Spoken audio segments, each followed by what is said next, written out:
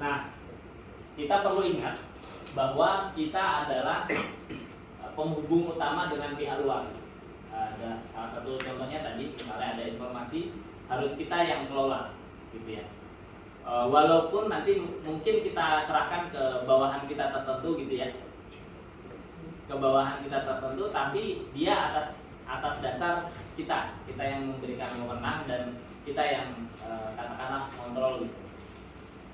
Yang kedua adalah kita penyelesai masalah, walaupun cara menyelesaikannya bisa jadi dengan cara coaching, misalnya besok kita coba kan, dengan cara sebetulnya solusi dari masing-masing anggota kita sendiri.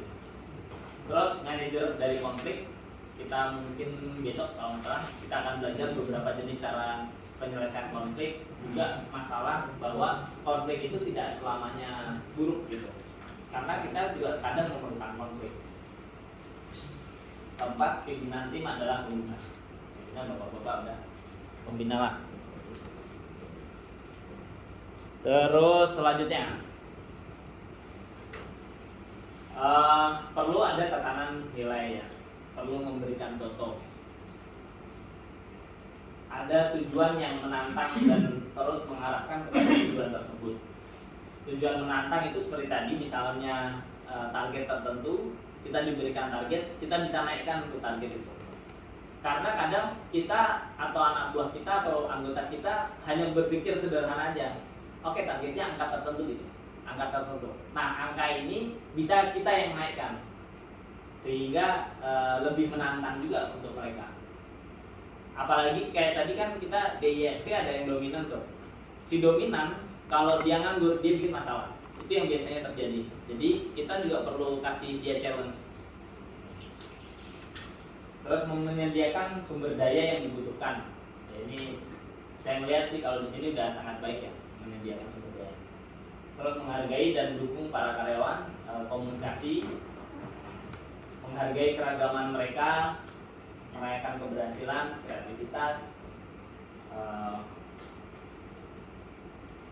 mempertahankan selera umur dan menatap terus masa depan.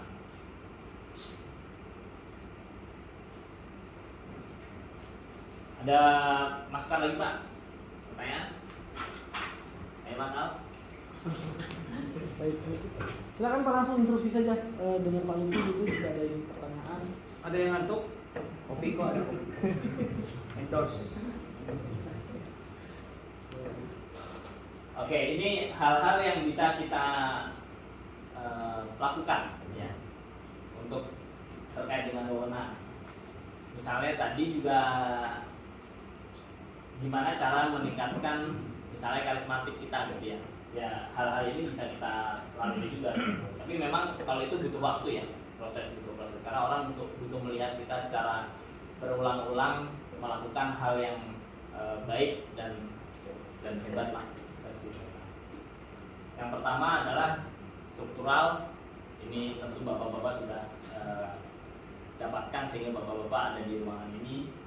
Kemudian wewenang kearifan, sikap, perilakunya positif, pengetahuan, kemampuan, pengalamannya juga baik. Kemudian moralnya baik di tengah anggota, terutama saat ada masalah. Nah, saat ada masalah ini memang peran kita jadi sentral, peran kita sebagai pimpinan jadi penting, gitu. Bagaimana cara kita menghadapi, bagaimana cara kita menyelesaikan masalah itu. Terus reputasi, prestasi ya, terhadap masa lalu kita, dan jasmani, fisik kita perlu mendapatkan kesan yang positif.